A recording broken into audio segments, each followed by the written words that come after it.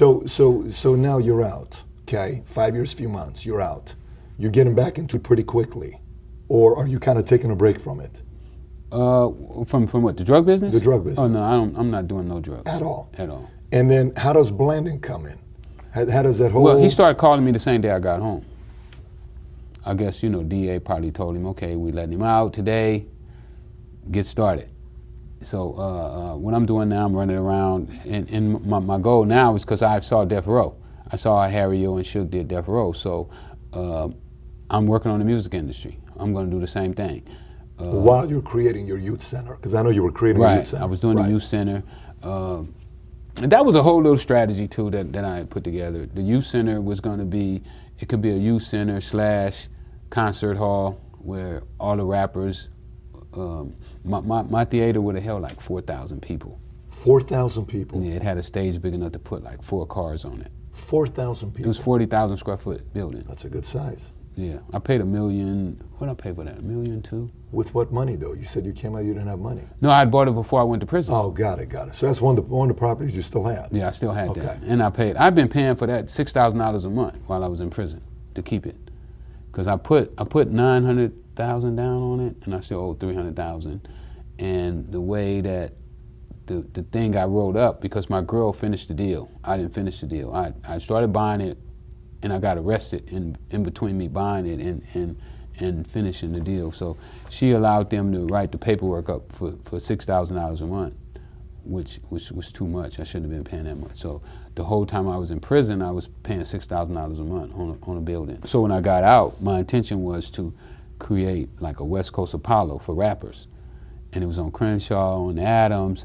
So what I saw is this grand place where every rapper in the country would be saying, man, I want to go to Rick's place. What year is this now? 94. 94? Yeah. So did you have any run-ins with Tupac? I never met Pac. I didn't meet Pac because I was messing with Rodney and Joe Cooley. I knew Rodney and Joe Cooley. And when I got out, Pac and Joe had just had words.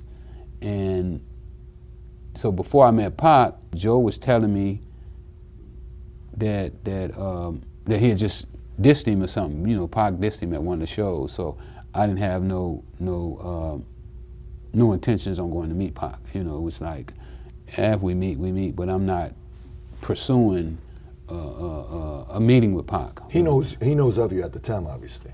I'm pretty sure he did. Yeah. I'm pretty sure he did. So you're trying to do this part. Blandon calls you. He keeps following up with you. Then what happens? Well, he's trying to get me to do a drug deal. This is you and Chico.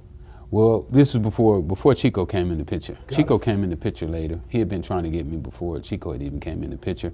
Chico came in the picture because one of my old friends, Chris, who had been one of my main guys when I sold cocaine, had came by, and he was like, yeah, man, my young boy, he's like, my young boy Rick, you probably remember him. He was young when you left the streets. He's doing good now. He got studio equipment and blah, blah, blah. Chris had just got out of jail too, from Texas. He was out on bail. And he was saying, you need to hook up with him because he's doing the music thing too. He got all the equipment and blah, blah, blah, blah. And I was like, okay, cool, hook us up. So he hooked us up. And matter of fact, the day that Chico met Blandon, we were coming from Dick Griffey's office doing a record deal. When you met with Blandon? Right, so what we did, we was coming from Dick Griffey's office, Blandon called me. I was like, oh man, let's just go by there and get a couple burritos from his restaurant, and we ain't gotta buy no food today. And so we really stopped by to do that, and then he started talking about cocaine, and Chico was like, man, let me do it.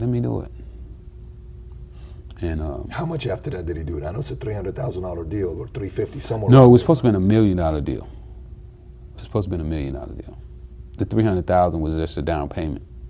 On $1 million deal. Correct. 10,000 per. Yeah, 100 kilos. $1 million deal, 10,000 per. So is it that day? Is that the day when the deal was made? And everybody showed up, or no? No. It took a couple weeks after that. He kept probably about 2 or 3 months after. Were you paranoid at all? Why is this guy keep following up, or no? I didn't really. You know what I credit myself. It's almost like a drug addict. who's trying to kick the habit, and you know, you keep dangling. Come on, man, just try one time. Yeah, come on. And I look at it that's what eventually happened to me, because my whole intention was to never sell drugs again, to never be involved with a drug deal again. So you promised your kids. You said, I'm not going to touch it again. I promised my kids, and I promised myself too. You know, just like I did when I said I was never going to use again. But what I noticed now is that I had never totally ruled out never selling drugs. You know, like I still had some things. You know, like, oh, if my kid get hit by a car and they need a surgery for $50,000, I'm gonna get that $50,000. I don't care how I got to get it. You know, and I almost looked at the theater as if it was almost that important to me, as like one of those kids. That was kind of like my last stronghold that I had from the game, you know, that I felt would have given me a boost in life that that I wanted. Walk me through the day of the event, the day where the FBI and everybody comes. Like, what was the day like? Well, it started off with us getting on the 405 freeway, going to San Diego. Danilo didn't want to do the deal in L.A. I would have beat this case if I would have stayed in L.A. My lawyer told me that if I would have stayed in L.A., that he would have won this case for me. I'd have got acquitted. If you would, why is that? Why in L.A.? Well, I would have had some black jurors. Got it. He said that blacks would have never convicted me of this crime that they had me. They had tape recordings where he's dangling the price. Oh, it's $17,000 a kilo. Oh, it's $14,000 a kilo. Oh, it's $12,000 a kilo. Oh, it's $11,000 a kilo. So those are all inducements to induce you into, which is illegal. They're not supposed to. The law is supposed to be to catch criminals. It's not to entrap a law-abiding citizen. But the people who wrote the laws were smart enough to know that innocent people can be duped into doing a crime. Tempted. Right. Say, for instance, if you know, somebody's been walking for 2 or 3 days and they walk down the street and this guy's like, hey man, there's some keys in that car. And you never even thought about the car. But now he just put that on your mind. That's inducement. That's inducement. Yeah. And it's entrapment. So 17, 14, 12, 11, 10. Yep. And at 10 I broke. You know. What would you have made on that deal? On that $1 million deal, 100 kilos, how much would you have made? I think they were going to give me $150,000 each for setting the deal up, for hooking them up. Or they were going to pay you. I got it. So you're not part of it. Kind of like you paid the other guy $60K. They would have paid you $150K here. Correct. I got it. So Chico's going to do the deal. He's doing $1 million deal. You're not involved. Well, technically I wasn't, but I mean, going by federal law, I was. I aided and abetted. With aiding and abetting, if I know you're doing a dope deal and I hand you the keys to my car and you go to do that dope deal, then technically I just aided and abetted you in that crime. Got it. So now what happens? Blandon comes. Well, we get to San Diego. Does he seem nervous? Is he? I couldn't tell, you know, because I hadn't done a dope deal. I've been out of the game for 7 years now. You know, I haven't done a dope deal in 7 years, so I'm totally out of my element. And it's crazy, you know, people might not understand what that means, but it's like when you haven't done something for a while, you're not practicing the way that you always practice. I mean, your timing is off. You know, it's just not, it's not you. You're not the same person you used to be. So we get there. It was nighttime. We was planning on doing the deal as soon as we got there, and he's, oh no, I can't get to the warehouse right now. We got to do it first thing in the morning. So we wind up having to get get an apartment and spend the night there. I was still on parole too. Wasn't supposed to be in San Diego. That was a violation for me to even be in San Diego. So we woke up the next morning. We went and met with him at a Denny's. He asked for the money. I told him we want to see the drugs. He had this white guy with him who's a DA agent posing, you know, as another one that connects. Chico handled the money. They told us where the car was. Danilo handed me the keys to the car. I threw the keys to Mike. Mike jumped in the car. I opened up the back of the car and looked at the boxes where the kilos were supposed to be. I saw some packages that looked like kilos. They were wrapped in tape and everything like normal. And I told Chico, okay, everything good.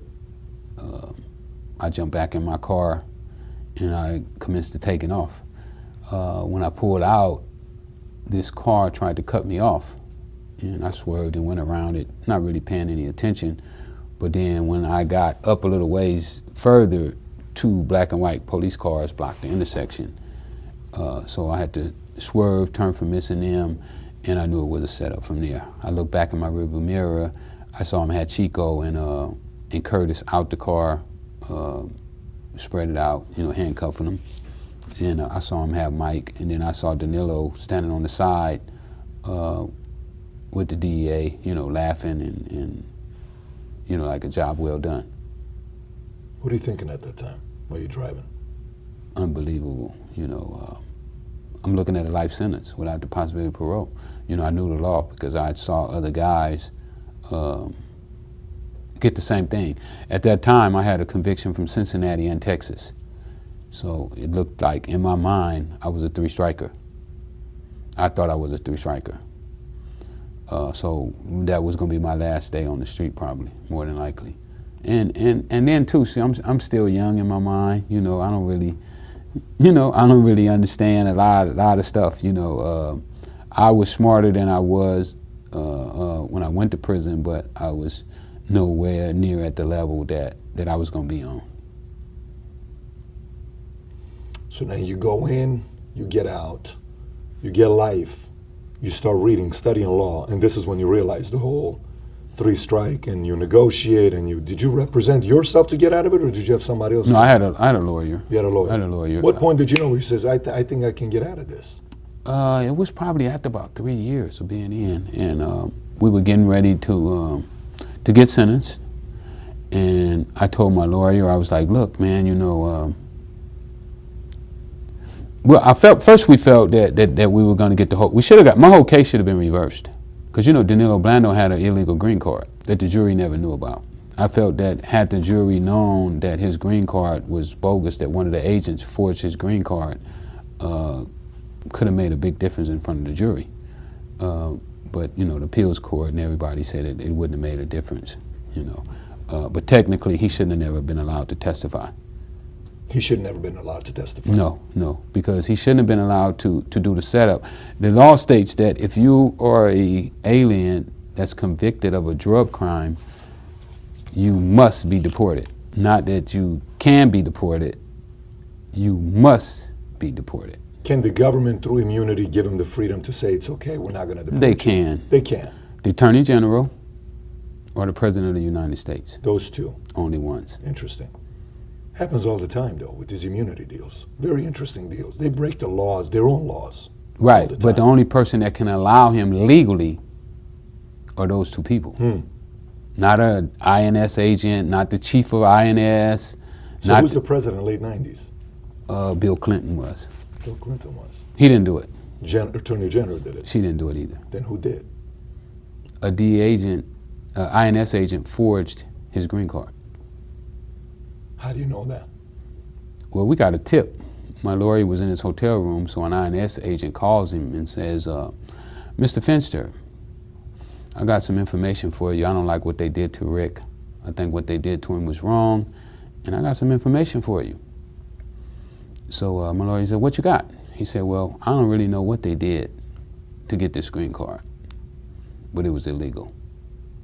He said, it's almost impossible to get a green card for a convicted felon, especially somebody who has sold as many drugs as he has sold. I think they convicted him for over 10,000 kilos of cocaine. So when my lawyer get this call, the next day we go to court, we go into trial. This is during trial. And what year is this? 96. 96. Now we should have had this information in Brady versus Maryland. Brady versus Merlin is saying that the government's supposed to turn over any information that's favorable to my defense. You know, if it makes the cop look bad, make the informant look bad, they're supposed to turn it over to us.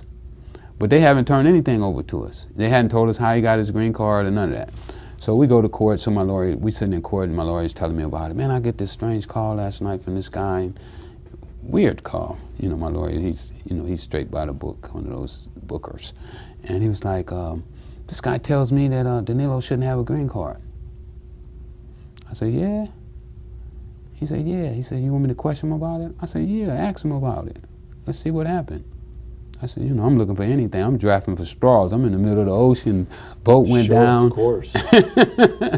So he starts to question Chuck Jones, the DA agent, about it. How did this guy get a green card? Oh, I don't know how he got his green card, but I know it was done right, but never committing. Oh, I didn't do it. INS agent Tellis handled all of the green card stuff, and my lawyer, he blew it. He blew it. He blew it. He should have put Tellis on the witness stand. Had he put Tellis on the witness stand, Tellis would have lied. Tellis would have got on the witness stand and told him, and told the people that, oh yeah, I did the green card right. Everything was done to the letter of the law. And then when Why didn't he do it? Why didn't he put him on the witness stand? I don't know. He thought that the jury saw the conflict and the non-direct answers by the DA agent, and that would be enough for them to have some doubt. But after we know, because we got a hearing about the whole thing. We came back and the chief of INS came in and Tellis' supervisor came in. Oh no, Tellis told me that the guy's Tellis never told me that the guy had a conviction. Because his supervisor signed off. So had the supervisor did his job and went through all the paperwork, he would have known that the guy was a convicted felon. He never would have gave him a green card. But by him knowing Tellis had been an agent for all these years, he said that he knew that Tellis knew that a convicted felon couldn't get a green card. Got it. But now it's his word against Tellis' word. So then you end up getting how much time for that? You get 20, you get life. I get life. And then you somehow, some way, you get yourself out of it. The 3 strikes. I beat the 3-strike law. You beat the 3 strikes law. You're out. How much time did you end up doing on the second time around? 14 years and like 7 months, 18 months, 8 months, something like that. 14 years, 7, 8 months. Yeah.